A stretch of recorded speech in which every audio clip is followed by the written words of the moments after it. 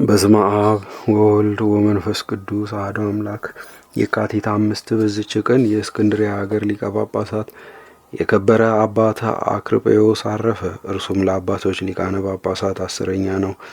ይህም አባት እግዚአብሔርን የሚፈራ ንጹሕ ቅዱስ ነው። በእስክንድርያ ሀገርም ቄስ ሆኖ የሚያገለግል ነበረ። ከእርሱ በፊት የነበረ ሊቀ ጳጳሳት አባ ከላዲያኖስ ባረፈ ጊዜ የእስክንድርያ ሀገር ሕዝቡና ኤጲስቆጶሳቱ መረጡት።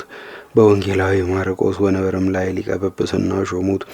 ከዚህም በኋላ እንደ ሐዋርያት መልካም ጉዞን ተጓዘ። የእግዚአብሔርን ሃይማኖት ሕይወት የሆነ ሕጉንም እያስተማረ ቅዱሳት መጻሕፍትንም እያነበበላቸውና እያስተማራቸው መንጋዎቹን ይጠብቃቸው ነበረ። ሁልጊዜም ይመለከታቸዋል። አንድ የብር አላድን ወይም አንድ የወርቅ ዲናርን ጥሪት አላኖረም። ከዕለት ምግቡ ከቁርና ከሐሩር ስጋውን ከሚሸፍንበት ልብስ በቀር ምንም አላከማቸም። በዚህም ተጋድሎ 12 ዓመት ኑሮ ጌታችንንም አገልግሎ በሰላም አረፈ። ለእግዚአብሔርም ምስጋና ይሁን፣ እኛንም በጸሎቱ ይማረን፣ በረከቱም ከእኛ ጋር ትኑር ለዘላለሙም አሚን። በዚህችም ዕለት ተጋዳይ የሆነ አባት ጴጥሮስ የተባለ አባ ብሶይ አረፈ። እርሱም ከላይኛው ግብፅ አክሚም ከሚባል ከተማ ነው። በጎልማሳነቱም ጊዜ የከፉ ስራዎችን የሚሰራ ሆኖ ነበረ። በመብላትና በመጠጣትም ይደሰት ነበረ። እግዚአብሔርም የነፍሱን ድህነት ሽቶ ጽኑ ደዌን አመጣበትና ለመሞት ተቃረበ። ነፍሱንም በተመስጦ አውጥቶ የስቃይ ቦታዎችንም ጥልቅ የሆነች ጉድጓድንም አሳዩት። በዚያም ብሩህ ልብስ የለበሱ ሰዎች አሉ። በእጆቻቸውም የሰው በድን ነበረ። 4 ክፍል አድርገው ለያዩትና የሰውን ገንዘብ የሚሰርቀውን ሁሉ እንዲህ ያደርጉበታል አሉት። ይህንንም ነገር በሰማ ጊዜ ጮኸ፣ ከልቡም አዝኖ አለቀሰ።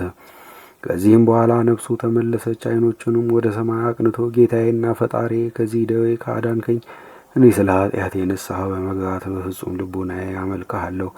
ከእንግዲህም ከቶ ለዘላለሙ የሴት ፊት አላይም አለ። በዚያንም ጊዜ ከደዌው አዳነውና ተነስቶ ብንዋይ ወደሚባል ገዳም ሄደ። መነኮሳቱም ከፈተኑት በኋላ የምንኩስናን ልብስ አለበሱት። በግብፅ አገር ሁሉ እስከሚሰማ ታላቅ ተጋድሎን በጾም በጸሎት በመስገድም ተጋደለ። ከሁሉ በላይም ከፍ ከፍ አለ። ለመነኮሳትም ትምህርት የሚሆኑ የሚጠቅሙ ድርሳናትንና ተግሳጻትን ደረሰ። አንድ ጊዜም እንጀራ ሳይቀምስ ውሃ ሳይጠጣ 1 ወር ጾመ። እንዲህም እየተጋዳለ 38 ዓመት ያህል ኖረ። መላዋንም ሌሊት በጸሎትና በስግደት በመትጋት ቆሞ ያድራል። ሰዎች የሚሰሩት ሁሉ ጻድቅም ቢሆን ኃጢአተኛም ቢሆን በፊቱ ግልጥ ሆነ። ከዚህም በኋላ ጥቂት ታመመና በሰላም አረፈ። ለእግዚአብሔር ምስጋና ይሁን፣ እኛንም በጸሎቱ ይማረን፣ በረከቱም ከእኛ ጋር ትኑር ለዘላለሙ አሜን። በዚህችም ቀን መነሳንሱ የወርቅ የሆነ ጻድቁ አባ ኖብ አረፈ። በረከቱም ከእኛ ጋር ትኑር ለእግዚአብሔር ምስጋና ይገባል ለዘላለሙ አሜን። በዚህችም ዕለት በአስቄጥስ ገዳም በሰማዕትነት የሞቱ የ49 መነኮሳት መታሰቢያቸው ነው። የሮሜ ሊቀ ጳጳሳት የአቡሊዲስም መታሰቢያው ነው። ዜናውም በዚህ ወር በ6 ተጽፏል። ደግሞ የቡላ የአሞኒ የእብሎይ እናት የአበያ መታሰቢያቸው ነው። በረከታቸውም ከእኛ ጋር ትኑር ለእግዚአብሔርም ምስጋና ይገባል ለዘላለሙ አሜን። በዚህችም ቀን አስቀድሞ ራሱን ለኃጢአት አስገዝቶ የነበረ ጽኑ ተጋዳይ አባ እብሎይ አረፈ። ይህም የበጎች አርቢ ራሱን ለሰይጣን በማስገዛት ከኃጢአት ስራ ምንም የቀረው የለም። ያመነዝራል፣ ይሰርቃል፣ ይቀማል፣ ይገድላል። በዚህም የሰይጣንን ስራ እየፈጸመ 40 ዓመት ያህል ኖረ። በአንዲትም ዕለት ከቀኑ እኩሌታ ከበጎቹ ጋራ በዱር ውስጥ ሳለ እነሆ የመውለጃዋ ጊዜ ደረሰ። ያረገዘች ሴትን አየ። ሰይጣንም በልቡ ክፉ ሐሳብን ጨመረ። እንዲህም አለ፣ የተረፈችኝ ኃጢአት አንዲት አለች። እርሷም ያረገዘች ሴት ሆዷን ሰንጥቄ በእናቱ ሆድ ሕፃኑ የሚተኛበትን አይ ዘንድ ነው። ያን ጊዜም ተወርውሮ ሄደ። በራሷ ጠጉር ይዞ ከምድር ላይ ጣላት። ሾተልም አንስቶ ሆዷን ሰነጠቀ። ሕፃኑንም በማኅፀኗ ውስጥ እንዴት ሆኖ እንደተኛ አየው። እርሷም በጻዕር ተጨንቃ አስቀድማ ሞተች። ሕፃኑ ግን በጻዕር የተሰቃየ ብዙ ቆይቶ ሞተ። በጋርቢውም የሠራውን ይህን ታላቅ ኃጢአት ተመልክቶ ደነገጠ፣ እጅግም አዘነ።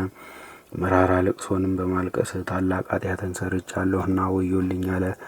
በዚያንም ጊዜ በጎቹን እንደተበተኑ ትቶ በእጁ በትሩን ብቻ ይዞ ወደ አስቄጥስ ገዳም እስከሚደርስ እያለቀሰ ተጓዘ። ወደ አረጋውያን መነኮሳትም አልገባም።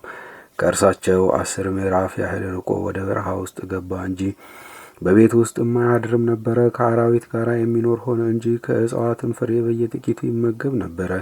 ከእንባ ጋርም እየጮኸ አቤቱ በደልሁ፣ ክፉ ስራንም ሰራው፣ ይቅር በለኝ እኔ ኃጢአተኛ የሆንኩ ክፉ ባሪያ ነኝና። አንተም ቸር አምላክ ይቅር ባይ አባት ነህና የማይበድል ባሪያ የማይምር ጌታ የለምና ይቅር በለኝ። እንዲህም እየተጋደለ 40 ዓመት ኖረ። ከሌሊት ቁር ከቀን ፀሐይ ሐሩርና ትኩሳት የተነሳ ስጋው ደርቆ ጠቆረ። ከዚህም በኋላ እንዲህ የሚለውን ቃል ሰማ። ስለ ሴቲቱ ደም ጌታ ይቅር ብሎሃልና ጽና፣ በርታ። ይህንንም ያለው እንዳይታክትና ዳግመኛ በኃጢአት ውስጥ እንዳይወድቅ ነው። ይህንም በሰማ ጊዜ ከ3 ቀን ብቻ በቀር ያቺን ዓመት እስከሚፈጽም መርር ልቅሶ እያለቀሰ ተጋድሎውን ጨመረ። እነሆ የእግዚአብሔር መልአክ ከእርሱ 15 ምዕራፍ ያህል ርቆ የሚገኝ ከቶ ሰውን ሳያይ በዚያች በረሃ 70 ዓመት የኖረውን አንዱን ገዳማዊ አንተ ካለበት ቦታ ወደ ውጭ ሂድ፣ ሽማግሌ ሰው ታገኛለህ፣ ኃጢአቱን ካመነልህ አጽናናው፣ ኃጢአትህ ሁሉ ስለ ሕፃኑም መገደል ተሰርዮልሃል በለው በማለት አዘዘው። በዚያንም ጊዜ ያ ገዳማዊ ሄዶ አገኘው። እርስ በርሳቸውም ሰላምታ ተሰጣጡ። እርሱ እብሎይ ግን ያለማቋረጥ ያለቅስ ነበረ። ገዳማዊውም የሰራኸውን ንገረኝ፣ በምን ምክንያትስ ወደዚህ ወጣህ አለው። እርሱም ሁሉንም ነገረው። ያረገዘችዋንም ሴት ሆዷን እንደሰነጠቀ ነገረው። ገዳማዊውም ኃጢአትህ ሁሉ ተሰርዮልሃል፣ አባቴ ሆይ ደስ ይበልህ፣ ነገ የእግዚአብሔር መልአክ ወደ አንተ መጥቶ የክርስቶስን ሥጋና ደም ያቀብልሃል አለው። የቀዳሚት ሰንበት ዕለትም በነጋ ጊዜ ከቶ እንደርሱ ሆኖ የማያውቅ ጣፋጭ ሽታ ሸተተ። አባ ብሎይም ገዳማዊን አባቴ ሆይ ከፍርሃት የተነሳ ነፍሴ ከሥጋዋ ልትለይ ደረሰች አለው። ይህንንም ባለ ጊዜ በመነኮስ አምሳለ ከአጠገቡ ቆሞ መልአኩን አየው። እርሱም ተቸገርኩ፣ እግዚአብሔርም አዳነኝ። ነፍሴ ሆይ ወደ ረፍትሽ ተመለሽ፣ እግዚአብሔር ረዳትሽ ነውና ነፍሴን ከሞት አድኗታልና። ዓይኖቼንም ከእንባ እግሮቼንም በዳጥ ከመሰናከል በሕያዋን አገር እግዚአብሔርን አገለግለው ዘንድ እያለ ይዘምር ነበረ። የበጎች ጠባቂ የነበረ አባ ብሎይም ይህን ነገር በሰማ ጊዜ በምድር ላይ ወድቆ እንደ በድን ሆነ። መልአኩም በሰው አምሳል እጁን ዘርግቶ አነሳው። ልቡም ጸንቶ በመልአክ እጅ ከሰማይ የወረደለትን ሥጋውና ደሙን ተቀበለ። መልአኩም ወደ ሰማይ አረገ። አባ ብሎይም ቁርባኑን በተቀበለ ጊዜ ሰውነቱ ሁሉ እንደ በረድ ጻዕዳ እንደ ፋናም ብሩህ ሆነ። በዚያችም ዕለት ሁለቱም ደስ እያላቸው እግዚአብሔርንም እያመሰገኑ እስከ ማታ ዋሉ። እብሎይ ግን የቀድሞ ጸሎቱን አላቋረጠም። እንዲህም ያለ እኔ ክፉ ባሪያ በየ7ቱ 70 ጊዜ በደልሁ። ቸር ጌታዬ ሆይ መሐሪ አባት ሆይ ይቅር በለኝ። የማይበድል ባሪያ የማይምር ጌታ የለምና። በዚህችም ዕለት እስከ ሌሊቱ እኩሌታ እግዚአብሔርን እያመሰገኑ አደሩ። እርሷም እሁድ ናት። በዚያችም ጊዜ ከፊተኛው የሚበልጥ ሽቱ መዓዛ ሸተተ። ገዳማዊውም ወንድሜ እብሎይ ና በውሃ ታጠብ፣ ደስ ይበልህም፣ በዚች ሰዓት ከተቀበልከው መከራ ታርፋለህና አለው። በዚያንም ጊዜ ከእግዚአብሔር የታዘዘ መልአክ ለሁለቱም ቁርባኑን አቀበላቸው። አባ ብሎይም አረፈ። መላእክትም ነፍሱን ተሸክመው እስከ አርያም በረሩ። ያ ገዳማዊም እኔ ሽማግሌ ነኝ፣ ሥጋውን መሸከም አልችልም፣ የምቆፍርበትም የሌለኝ ምን አደርጋለሁ ብሎ የሚያስብ ሆነ።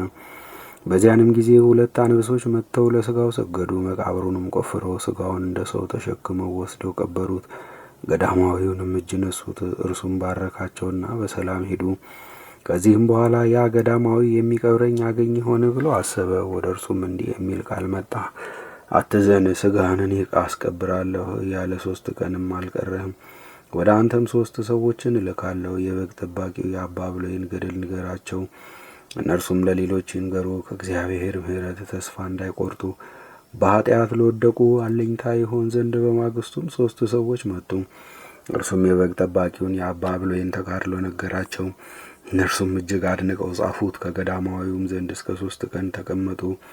ከዚህም በኋላ ገዳማዊው ተነስቶ ጸለየ፣ ነፍሱንም በእግዚአብሔር እጅ ሰጠ። እነዚያ 2 አንበሶችም መጡ፣ መቃብርንም ቆፍረው እንደ ሰው ወስደው ቀበሩትና ከእነዚያ 3 ሰዎች ጋር ተጓዙ። ወደ አስቄጥስ ወደ አባ መቃርስ ገዳም እስከሚያደርሷቸው መርተው ወሰዷቸው። ሰዎቹም የሆነውን ሁሉ ለመነኮሳቱ ነገሯቸው። እነርሱም እጅግ አደነቁ። የበግ አርቢው የአባ ብሎይን ገድል ጻፉ። ሁልጊዜም በእሁድ ዕለት የሚያነቡት ሆኑ። ለእግዚአብሔርም ምስጋና ይሁን፣ እኛንም በቅዱሳን ጸሎት ይማረን፣ በረከታቸውም ከእኛ ጋር ትኑር ለዘላለሙ አሜን።